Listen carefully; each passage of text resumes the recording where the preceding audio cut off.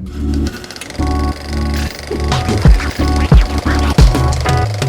have to talk a little bit more about Starship. Obviously. I have it here on the screen. Here's Tim Dodd. We'll get this blown up for everybody. It's sitting there on the launch pad. There's rumors of another scrub today, so it may not go off today. But what is so exciting about what they're doing with Starship down here in Boca Chica, Texas? I mean, they're building this. They literally just like rocket development has always kind of happened behind closed doors, right? Mm-hmm. They don't want to talk about their testing and like maybe something didn't go right, whatever. They show you when it works. Here is SpaceX. They just send a bunch of engineers down to this middle of nowhere, Boca Chica, Texas, and they just start building these water towers. Yeah. Out for everybody to see. And then they start strapping rockets to these water towers, shoot them up in the air, crash landing them, trying this, trying that. What the heck are they doing? And it feels like a billionaire just kind of playing around with his money. Is this a serious venture? And why should we be excited about it? Yeah, it's so funny that you put it that way because it feels almost like everybody has gone from the Space Coast to Texas. You know, it's like there's just so much. And I think the only person who used to actually be out there doing the coverage of these water tank hops literally was Lab Padre, which is a great YouTube channel. They always have a 24-hour podcast, or 24-hour live stream going. They just have their camera set up and just keep it going. So that was really my go-to source for a while of what Starship was up to.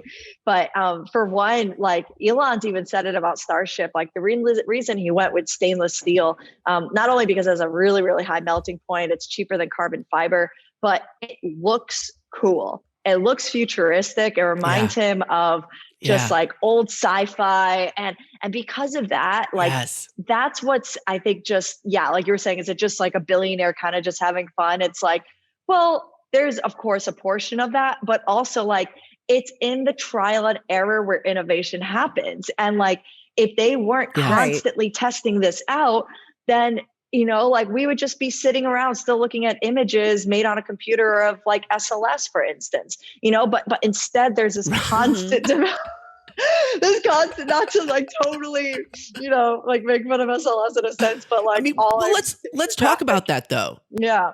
Let's talk about though. I mean, it's been a frustrating experience watching, you know, NASA sort of really take the really slow, methodical approach with SLS, way over budget, way over delayed. And here you have these upstarts down in Texas, just blowing shit up, just testing stuff out. They've taken the software development approach to fail early, fail fast, iterate, and continue to just, you know, learn from your experiences to be able to then get to an endpoint with much higher innovation and at a much faster rate. And so we're talking about now the next generation spaceship for SpaceX here, just to kind of set the groundwork for people who aren't maybe as obsessed about this stuff as we are. Falcon 9 was their first successful commercial rocket that they were able to develop re-landing with, where they take the first stage of that booster and they bring it back to Earth and they land it. You still have the second stage, which gets discarded, so that's millions of dollars there. And you also have the fairings, which now they're trying to catch with chips, whatever. So they've done an incredible amount of innovation to try to make that rocket as cheap and reusable as possible. But they've kind of they're hitting the max about in terms of how much they can bring the cost down there. They then, because Elon's main goal with this whole thing is to get to Mars, are developing this rocket Starship, which is huge, just incredibly bigger than you know, Falcon. Can take a huge payload. His goal originally was 100 people at a time to take them to Mars, and completely reusable is the goal here. So what they're testing here right now, sitting on this launch pad, is serial number 9, because they've already blown up 8 of them, I think. Yeah, that last one was insane. And which is sitting on the launch pad. And is going to be launching today to do the same test they did with serial number 8, and hopefully not blow it up this time, where they launch it up to 15 kilometers. They turn off the engines. They then turn it sideways to test its orbital reentry, where in order to slow down, it does a belly flop through the atmosphere. So they're going to test that. It then has to relight its engines, turn, and then try to land vertically on the landing pad, which everything went perfectly last time with serial number 8. But they didn't quite get the landing right, and it landed slightly too fast and exploded. So they're going to try to get that right this time. But the reason this is so exciting is that if they're able to get this ship functional and able to get it launched within the next year or two, we now have the potential to have these huge payloads going up to low Earth orbit, going to the moon, and then eventually going to Mars. And they're doing it in broad daylight, and they're doing it faster than NASA. So some people are saying we're gonna actually, even though Starship is only this tiny little thing on the launch pad, it's not tiny, is this like early iteration test vehicle. Some people are thinking it could be out there before SLS, which has been in development for forever now. So like, it's been so weird to watch those two different methodologies play out in front of us. And it's hard not to get excited about SpaceX and Starship and feel a little bit frustrated with NASA, right? Yeah, completely. I mean, even if you've ever looked at like a rocket comparison image, like SLS was always like that one that was just supposed to be like the biggest and the most powerful and the heaviest and the strongest. And it was all the way the one at the very, very end. It outbeat Falcon Heavy, it outbeat Delta IV Heavy, but it hasn't obviously flown yet. And now if you're looking at kind of rocket images, Elon's like, no, I'm going to build a super heavy like lifter, or rocket launcher, and this is going to be called Starship, and that's going to be made of completely stainless steel, and it's going to now be on it. So if you actually were to look at those, and it's one of my favorite things to sort of look at, as like a chart of all the rocket comparisons. You now got that Starship right there, and like you mentioned as well, reusability. Like come on, like this is really like where we're at right now, and the fact that this technology is known and other companies aren't necessarily really incorporating that as much, but other companies, I guess I'm more so talking about like the public entities. But even then actually, to talk about France for a second. So Ariane Space, and Ariane Group, so they've now developed Ariane 6 rocket, and that one is going to be partially reusable as well. And so they've even incorporated that too. And that's it's a government run agency. So that's something too that's really, I think, important to keep in mind too, that part of the European Space Agency, ESA. But I mean, to kind of look at SLS and NASA and kind of make that comparison, it's like, oh, come on, like let's see some testing, let's see us test this out.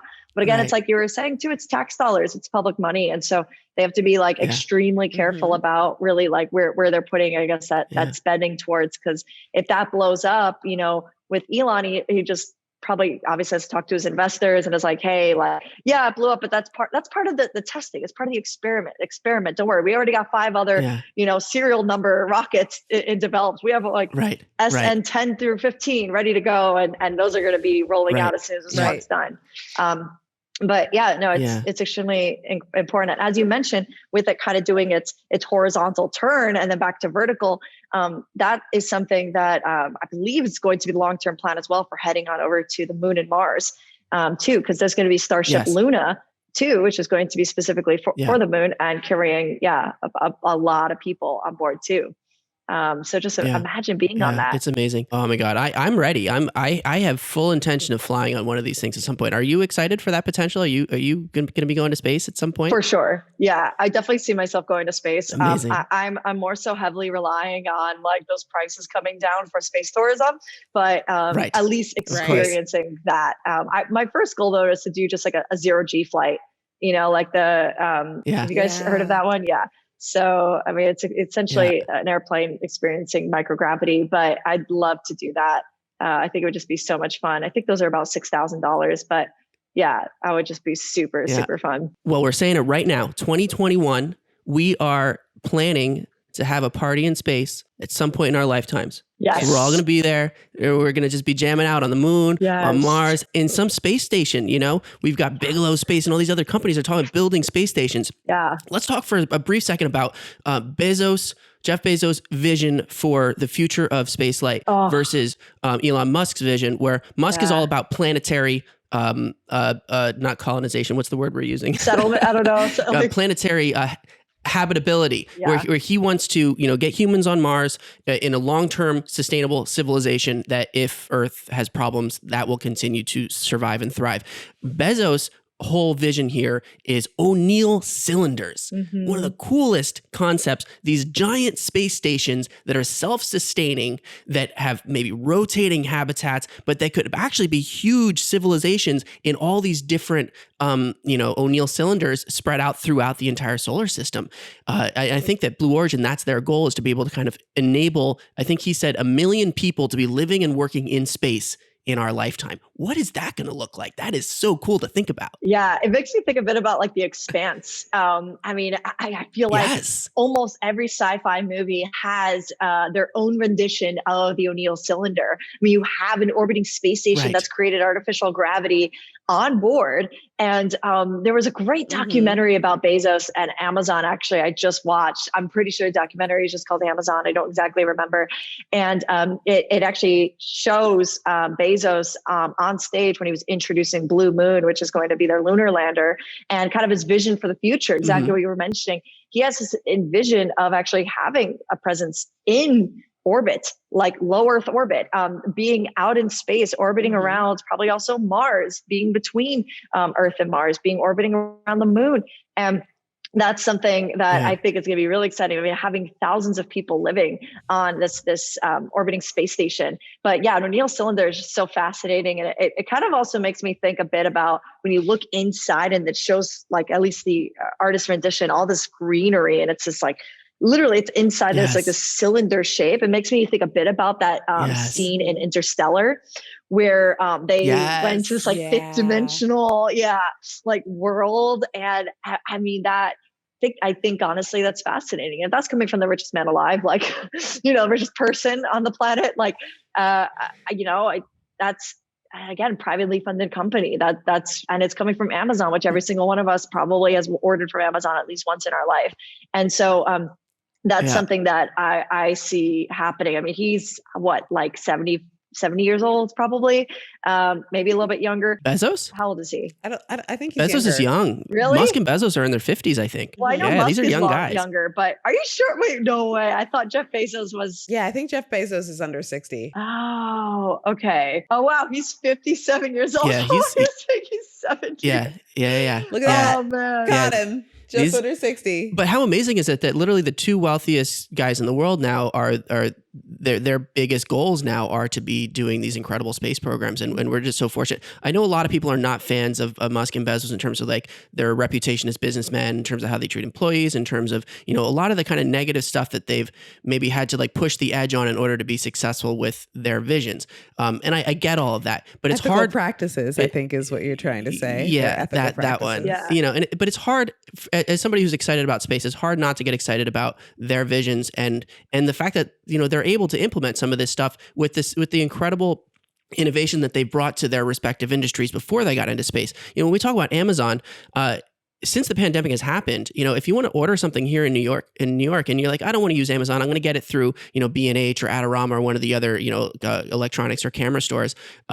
It'll take a week for it to get here, and sometimes it gets lost in the mail. The USPS, the UPS, they've all been really struggling. And now when you go outside, you don't see UPS trucks anymore. You see Amazon trucks. And if you order something on Amazon, it's here the next day, and it shows up reliably. They even like bring it to your, not just into your lobby, but they'll bring it to your door up on the third floor sometimes. And it's amazing to see how they've taken this delivery network and just completely blown everyone out of the water. Now let's take that innovation and let's apply it to spaceflight and to humans being able to live and work in space. I see it as an exciting thing, for us to get to witness and hopefully be a part of over the next few decades. So yeah, we're so fortunate to live at the time when we do.